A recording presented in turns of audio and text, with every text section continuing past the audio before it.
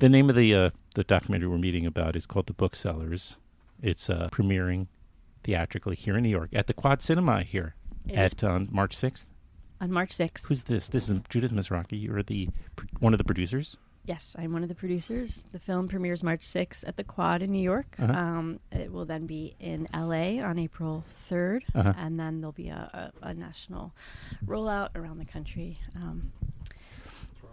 And it will be in Toronto. It'll be in Barcelona. We have a bunch of screenings coming up. Yeah. Oh, is that going to be like a theatrical at those, or is that? There's going to be, it'll be at the TIFF Lightbox for a one-night screening in Toronto, and then there'll be an opening at the Hot Docs Ted Rogers Cinema for a week, I believe. Oh wow, that's great. Yeah. And the film is directed by D.W. Young, he's here. How nice. Present. Now try to sound unscripted when I talk to you. And then finally Dan Wechsler, who's a producer on the film, and also a rare book collector and seller. That's fair. That's how you make a living? Yep, in yes. part, or Yes, in great part. So he's joining us as well. And so welcome, everybody. Thank you. DW, just if you don't mind, tell me how you came to this project, because unless you're already in the community, I wouldn't understand why it would be a compelling subject unless you understand, there's actually really interesting characters here. There's a lot of humanity. There's a lot of passion about the printed matter, about books. They're important. We're at a kind of a crucial period, the last 20 years, in terms of the future of books, what that's going to look like and all. So in a way, it's a very timely project. But what was your story? Well, so the origins of the project really lay with Dan. He's the one who had the original idea for a documentary with the Rare Book Trade. I think it was about 7 years ago. We were having lunch, the three of us, and we'd become friends and worked on some projects together. Okay. And Dan mentioned he'd always thought that would be a great subject for a documentary. Mm-hmm. And Judith and I really immediately agreed. We kind of we're book people too. My aunt and uncle were also booksellers, and really? I used, as a kid, visit their shop and stuff. So I had a little Where sense. Was that? I was in Philadelphia. And okay. A little sense of this world from the periphery. And so I think we latched on to the idea. I thought it was a great idea, but we didn't pursue it at the time for various reasons. And then we were working on something else a few years ago that had kind of stalled out for a while. Mm-hmm. And I thought, this would be a great time to maybe pursue the Rare Book Doc idea. And so kind of jumped right into it. Mm-hmm. And how did you originally, what led you to to becoming a rare book collector? How young were you? Because you're still very young. And not these books, that young. Most of these books I'm looking at were in your office here on the Upper East Side, and they are older than you are. That's true for most of the oldest booksellers in the all right. Well, we don't have community of rare book dealers. They're not here though. But yes. I worked in a bookshop after a brief stint as a failed waiter right out of college, and I found the bookshop much more to my liking. And waiters, now that's a subject for a documentary. We'll get right on that. So it was really just, I've always loved books, and as the years went by, I met all these fascinating characters, and with Dave and Judith, it was one of those things where we, as DW was saying, we worked on each other's projects, mm-hmm. and you're always kind of talking about film, and so on the one hand, it doesn't seem like a likely subject for a documentary, but there are very few worlds that haven't been looked at in film. But surprisingly, this book world was one of them, and I always thought it would make a fascinating story to tell, in part because of all the characters in the business. Mm-hmm. DW. I think the other thing, and someone asked me this question just the other night at a Q&A, was I think we all... Where were you? It was in Pelham in Westchester. Oh. A screening series there. Mm-hmm. It's a pretty interesting one. It's a surprise screening, so the people come, they don't know. They what have no movie idea they're what. gonna see. That's nice. Marshall what was the Fine. reaction Marshall to it? Fine. Maybe you can Marshall. That? Yeah, I know Marshall. He's been on the show. It I'm seemed reading pretty his good book right now, for the most part. So I think the other thing, though, that we all, I think, immediately were pretty optimistic about was that visually that there could be a compelling movie here as well. And I think the question that I had gotten was, it didn't seem like at face value that this would make that a movie about books would be interesting at all visually. But I think we all felt from the beginning that it was quite the opposite, and that there was a lot there. And I think Dan knew that sort of more naturally and intimately from all the years here. But I think Judith and I also, just from our own experience with the books, and I think also from having visited the Armory show once before this, which Dan had brought us out. Just a couple of blocks from, 1 block from where we are right now, actually. Even if you have some, I guess, slight awareness of rare books, when you go there, you really understand the breadth of the material and just what's in play. So I think that also can be very eye-opening. Yeah, the documentary, it's called The Booksellers. It starts, I believe, at the book fair, the New York Book Fair, right, which takes place at the Park Avenue Armory. And the film's going to be opening on March 6th to coincide with the book fair this year, so they'll both be happening. Good idea. What a happy coincidence. Yes. if someone hasn't been to... Can you get a discount to the movie if you could? Never mind. If you show a ticket stubbed for the park. Go ahead, Dan. That would be an interesting thing to do, actually. Not a bad idea. Make a note. For someone who hasn't been to the book fair before, I haven't. The first thing that they're surprised about when they walk in is it feels much more like an art fair in the sense that it's so visual. So that's, I think, what DW was getting at with the why we thought it would be so compelling for film. People think of books, okay, it's reading. You have a bunch of people reading in a film. I mean, what's that going to be about? Yeah. But it's such a lush visual experience going through the history of books. The timing of the film in itself is kind of great, because I feel like we are on the cusp. I mean, we've been talking about this cusp for probably 20 years or something, but it feels as though the future of books is, the film kind of grapples with that as a sort of a sort of a secondary subject. What is the future of books? Even though this is about collectors and about the love of the printed matter, at the same time, it does deal with what that future might look like because of the digital world and how that's affected this particular subculture. Yeah, I think what we found out is that no one can agree.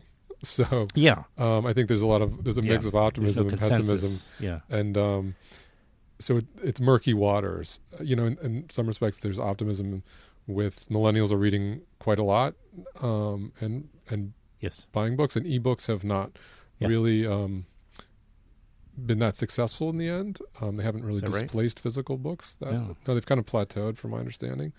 But on the other hand, I think social media, handheld devices, phones, etc., have displaced a lot of reading habits, and so I think a lot of it it's shortened attention span. That much we definitely know, right? So go ahead. I don't think it's even in the film, but one dealer talked about, being in an airplane and looking down the aisles from the back, and not a single person was reading a book, whereas obviously 20 years ago that would have been totally different. Well, that flight might have been going to L.A. Right. Just let's not get too hung up on that. Although there are a lot of rare book dealers in business in L.A., actually. You don't have to defend L.A. I just insulted the entire city. There goes my audience. A lot of orders go out to L.A. Okay. If you want me to start naming states that what's the biggest biggest book collecting state then? Do we think? Well, it's California. You'd have to account, of course, for the population of the states. Right. So it's easy to say that New York and California per capita are the most, but and wealth, where wealth is too, right? Because to be a book collector, you got to have some rare book fairs cheddar. Tend to be in big cities. You don't have them in out of the way. In the Ozarks, for instance, I see. To think back to what you were saying, there's definitely what we definitely see is people are just hungry for physical objects, print materials, right. And this, right. And especially it's actually interesting that younger people have known that their whole lives. They actually want to read actual books. So remember, I don't think it's going anywhere. I don't think. Yeah, no, there'll always be. But again, there's disagreement about that. Remember the death of vinyl? Yeah. Yeah, but I think the question becomes, if younger people up to a certain point, like collecting vinyls, say, are interested in sort of these obscure physical objects as collectible, items. That's not necessarily the equivalent of an entire generation that was brought up reading physical books and has an sort of inherent attachment to books from their childhood growing up that's deeper. Mm-hmm. So I think, it's not a question, will they go away as collectibles? I think it's very clear. And I think Nico Lowry in the movie points out that even if books disappeared completely, that would make them all strangely more collectible to a lot of people because they'd be even, yes, less prevalent. More of an imperative too, Yeah. like to yeah. But that may really then narrow overall the number of people interested in doing so, perhaps. So a lot of questions. I wanted to squeeze this in a few seconds ago when it came up, but one of your film subjects, my dear friend Fran Lebowitz, she mentioned that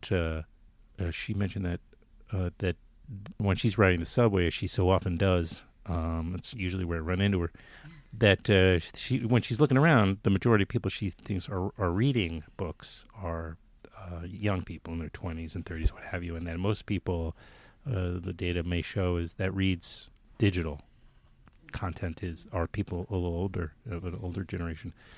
But these are two different groups of people that we're throwing together, and maybe you were trying to make a distinction between the two, that people that buy books or read books, physical books I'm talking about, really are a separate subject matter from what we're talking about in terms of collectibles, right? I mean, there is obviously a Venn diagram of that, right. But I mean, very few rare book collectors probably are walking around with their,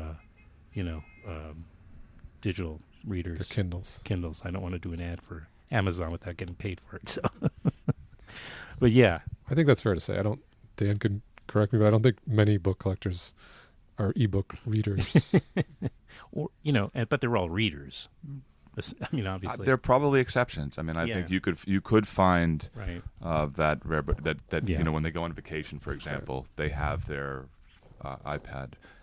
I guess there's a tactile quality to the book, right? That it's kind of you don't have this. It's not the same thing when you're, and that's for been sure the real reason I think. While it hasn't replaced the printed book, and also one of the reasons why books have always been so collectible. Yes. If you go back, I mean, since they were first made, the first books that were printed, and before that, manuscripts, they were highly desirable, and that people, I think the fact that you touch them and that you turn the pages, all these aspects of them that are still the case are a big reason why they're collected. To be fair, there was no binge-watching Hulu series, so to compete at the time, so there was something to do with it. And the film does touch on that there weren't as much entertainment at home, especially. It's like you may have had a piano if you're lucky, but where people gather around. But otherwise, entertainment at home might have been reading or reading aloud, maybe to each other. Right. And the other thing, when books were young, I mean. Back to what we were saying before, is that it's of course reading is the major aspect of books, but there's also, when you're dealing with old books, you're dealing with, which I think Bill Reese says in the film, evidence from the past. So a physical book has something that digital books can never have, which is annotations and how the book was treated, and various things that'll tell you about ownership and oh, right, printing, it tells a story. It's styles. A nice point. I thought that was a nice moment in the film where whoever was narrating that part, that was you, I believe, Dan, right? Just take credit. No, who's saying I've that? certainly said it before, but no, not it was a woman, moment. I think, actually, who was saying how, maybe not, but it was one of the collectors was talking about how the book itself just tells a story from, or maybe it was more the case in the past, or it is with older books where you can actually open it up and look, and there's mystery in books. There's mystery. I mean, the fact that put a painting on the wall, you don't usually touch your collected that's true. painting. I mean, you look at them, and that's one of the reasons why they're so collectible. They're easy to display. Yeah. But the advantage that the book has for people who do love to collect them is that you get to touch them, and that there's often things that you discover about them long after you've had them already. Wow. And that can be in the person who owned it previously, and that sort of thing. Yeah, every book has a unique history. Yes. So and you'll never have that with an ebook or a digital format. No, right. My personal experience is I feel like the only time the digital version might be a nice companion to the physical is, like the city lifestyle, running around. Like to have a book with me, as I showed you. I have Marshall Fine's book, in fact. But like if I carry around a recent book I read, which was Elie Kazan's memoir, which is 800 plus pages, and I actually have a hardbound copy of that. So I bought the paperback version of it, actually, not the digital version. But that's a case where it makes a lot of sense, especially if you're on a plane ride. I understand it makes perfect sense when you're trying to economize on your. But I'm getting. No, I think that's all fair, distracted. and I like newspapers, it's a nice companion. research material where Right. searchability and Oh yeah, that's true. obviously Right, for speed. there are really significant reasons to go Yeah. digital in many Right. areas. That's right. I was myself as a young man. My first job was actually at Barnes & Noble Sale Annex, which was located on 5th Avenue and 18th Street. Don't look for it; it's not there anymore. But at the time, I worked in the rare books. Well, not your rare books. It was used. It's okay. Don't worry about it. We're used books area, and the reason I bring it up is because there were like 20 people there that you'd come through all the time, sometimes daily, to try to catch, get that, because we'd replenish. They'd be constantly purchasing from individuals that were unloading their books and then putting, inventorizing them and putting a price and then putting them out on the shelves. And so, I really got a sense of, there's a hunger for the new arrival and scooping it up before someone else does. But so the book scout is what I sure. think probably were people who were coming in. Oh, maybe, yeah. But it was just what I guess I noticed was a book culture. These people were coming from I'm talking about, this was going on 30 years ago. So, but guys it would almost entirely men, not completely, but they would come in and they would be coming from the Strand, or, it's like an afternoon thing every day where it was their life, So I had an appreciation for it, books, and, I always grew up with books. So the film, it's called The Booksellers. It opens up on March 6th at the Quad Cinema in New York City, only a couple of blocks from the Strand, I might add, which is one of the subjects that stars in the film. Yes, and we will have some very special guests doing Q&As opening weekend and all week. Really? From the book world. Like who? From the book world. Never mind. I thought you were trying to include me in that. Well, you may be one of our guest moderators, I hear. No, I'm too busy.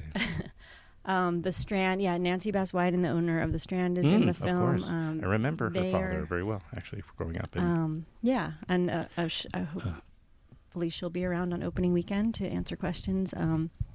They have a new store opening on the Upper West Side, which is exciting. Yes, I did just read Instead that. of closings, we have an opening happening, so that's always good. Yeah, and I'm also, not to plug the Strand go out of my way, but they've been doing such great events there. They have a great series of live literary events. They've really discovered ways of keeping things moving and keeping things exciting, and they have a great admission process where I'm sure about this, where if you buy the book, so let's say the author goes to do a talk, if you buy their book, that's your admission to the event. Otherwise you have to pay cash. So it's a nice way of doing it. It's a lot of silence after that. Anyway, also, just saying, go check out the Strand's event series. And now they're moving to the Upper West Side. Yeah, it's great. Yeah, that is nice. But it sounds as though from the film, The Booksellers, directed by D.W. Young, produced by Judith Mizrachy and Dan Wechsler, et al., that, who's you have an executive producer, by the way? Parker Posey What? is our executive producer. Wow. We're That's hoping she's going to impressive. be there on opening weekend as well. And she also does a little voiceover narration in the film. That's great. And she was fantastic to work with. I bet. It sounds like from the film that there are more bookstores returning too. Is that true? Independent bookstores? Or is Fran Lebowitz. I grew up with Fran Drescher. It's not arbitrary. We won't tell Fran that you said she was the other Fran. You can tell her, but it won't be in the podcast. But Fran Lebowitz, I think also, my dear friend Fran Lebowitz also says that, what did she say about the book? Oh, they used to not be called independent bookstores. They were just called bookstores. But it wasn't until big box stores crowbarred their way into the city and put out all these mom and pop places, right, Dan, that we started calling those. There's only a few indie bookstores left. Well, there's a new type of bookstore, and one of them that's featured in the film. Maybe DW will talk about. Yeah, I mean, I think Left Bank Books, who qualifies as I think some. There's a sort of research, I think, of smaller bookstores, that are a little more focused, have a little more of a social element. I think that's in terms of generally speaking. I think generally speaking across the country, they tend to still be selling new books but maybe a little more focused on what they do. But I think in New York, some of these are also dealing on the rare side, and Left Bank is they're in the film, and they recently opened and are doing some really interesting. Where are they? The West Village on Perry Street. Oh, okay. And they're doing some interesting stuff with. That's the one that went into the upscale shoe store. Their place to shoot. And Eric was saying in the film how they engage with their neighborhood, so it's a very they feel connected in that way, and it's it's a new kind of boutique kind of shop. I think it's focused on being local and providing something that's absent from the bigger stores, obviously. There's so much to say about the film. I mean, we didn't even talk about the auctioning and that whole part of it, but the majority of the film is about this subculture of, I'd say you have about 6 or 7 subjects that are book collectors. And at the end, you bring them together for a bit of a gathering. Yeah. How was that? And was that tricky? Because they must hate each other with a passion. Well, we didn't bring together people who hated each other. That would have been interesting. It probably would have. Are there some people that do? I was kidding. Of course there. Well, aren't there always? Yeah, like that son of a bitch. He got that copy, and I've been looking for it for years. And there's a lot of stuff like that. And I think in almost any business. That's probably true. It was a sort of planned stage dinner, but I think it was meant to reflect at the Grolier Club in New York. Oh yeah, love that place. A common occurrence amongst booksellers. They like to eat, get together, talk certain times of the year when it makes sense, and then share information. And I think a lot of stuff comes out there that, and maybe you wouldn't get so naturally in just sort of a formal sit-down interview, a kind of repartee, and so we shot a whole bunch of it that was really good stuff, but only that little bit in the end fit into the film. It's just one of those things that we had to excise. But stuff, I think it could be some good special feature material. Mm-hmm. Greenwich Entertainment, they're a great newish distributor, right? They distribute our friend Jeremy Workman's documentary, The World Before Our Feet, yes. and they are distributing your film as well. They've been fantastic to work with. Also, they're as I said, they're opening. LA after New York, and they have plans for a bunch of other cities. When is LA? April 3rd. April 3rd. And they're just doing some really terrific outreach to all the bookstores and book organizations in the city and the country. Well, not only does this kind of give you a sense of hope about books, and that there's so many people out there that are not only the deep divers that are like Dan here, but that are also just in general have a passion for the printed page. And likewise, as an extension of that documentaries about that are compelling and might bring a crowd to see a film like so. Well, I would at least add that as much as the film is about books and books as physical objects, and and appreciating some their qualities, but I think it also it's about the people in the trade. And so it is, in the end, it's still a movie about people. Mm-hmm. I think these are very compelling people. There's very smart people who've kind of found their calling, and I think a lot of these cases in a very particular way, who would never quite fit in a lot of other jobs or careers, but are perfectly suited for what they do here. And if you go opening weekend, you might meet some of them, because I'm sure they're coming to the documentary and bringing their other friend with them. And sorry, guys, if you're listening, and you probably are, I'm just teasing. I shouldn't say that, but with booksellers, it's interesting because not only are they usually extremely smart and, of course, passionate, there's also kind of often, I would say, a level of obsession, like good obsession, desire, and that comes out. I think what makes these people such interesting characters in general and in the film is because of that a little bit of obsession. What do you say, Dan? For sure, and I think the idea to do a scene where a bunch of them were eating together wasn't just.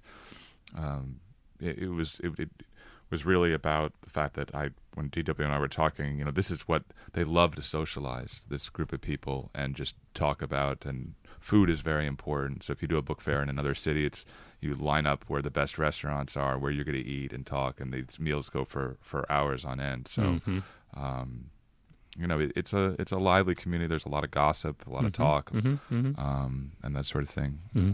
What's your most recent purchase and sale? Can you say it? Well, as far as sales go, we just came back.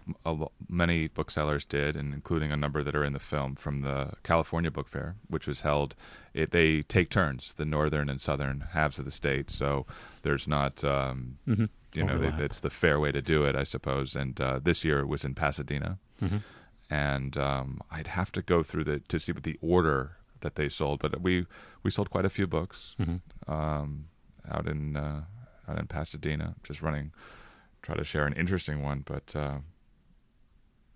in terms of purchases, I didn't actually buy anything at the fair. That's considered somewhat uncool. So a lot of the booksellers, when they arrive, if you really want to show how tough you are, you don't bother setting up your own booth to make sales. You run around and buy other people's material. So I didn't do that at this particular fair, but many of my colleagues did.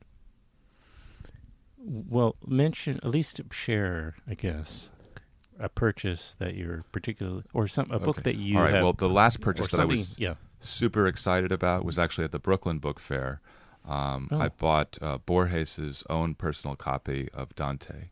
So that immediately became one of my prized possessions. You gotta have a lot in your PayPal account, I guess. It was somewhat of a trade. I sold something expensive and then negotiated. Yeah. But as DW was saying about the history of these books, have unique histories, and when you get something like that, someone as great as Borges, and it almost seems unreal to me as someone who started reading him in paperback editions and stuff like that I could have his personal copy of Dante with notes in it.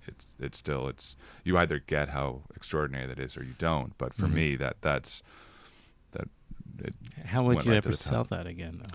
I'll try not to sell it again. That was one that it's going in the private collection, as they say. I see. Yeah, that's always a tricky thing, I think, for dealers, is separating when they get something they really personally yearn for. Yeah. How to deal with relinquishing that at some point or not. And at some point, I think the demands of the trade, sometimes you need the money to buy other things for the business, and you have to let it go. I know Justin Schiller's in the film talks about, I don't think he talks about it in the film, but I've talked to him about letting go some of really extraordinary things that he owned over the years. A lot of Frank Baum Oz stuff, like original, but I think he had an Alice. He had a really important Alice in Wonderland, right? Do you remember which one it was? I don't remember the exact what the so particular about the copy, but booksellers often refer to these as their retirement fund. So if they do tuck something away, right, very often it's always sold eventually. Books outlive their owners, but another bookseller in the film, Dave Bergman, talks about that I'm buying that's for my retirement fund. So if they get a good deal, they try to sell other material that they have and keep going with that, and save those gems for when they absolutely have to sell them. And I think Justin talks a little bit, he mentioned to me about this feeling of you have the spirit of the thing in you for this time that you have it. Wow. Which is pretty intense. Last question, guys. Last question for Dan, I guess. Can you be a rare book collector, seller, and not love books? I'm not going to mention any names. I think there are a few out there, but it's quite rare. They certainly wouldn't make for good subject in the film. They're rare. They are quite rare, and they would exception to the rule. They would make poor. No one who appears in this film falls into that category. Well said. Yeah. Well said. So nothing but the real McCoy here in this film. Friday, show up this weekend. I'm saying it like that because I'm going to post this right before the weekend that it premieres. It's important to go out and support documentaries and the printed page too. So, thank you, everybody. Thank you, Dan. Thank you. DW, Thanks Judith. for having us. Thank you. Thank you. My pleasure. Great. Now I want you to do exactly like that one more time. Just this is my safety.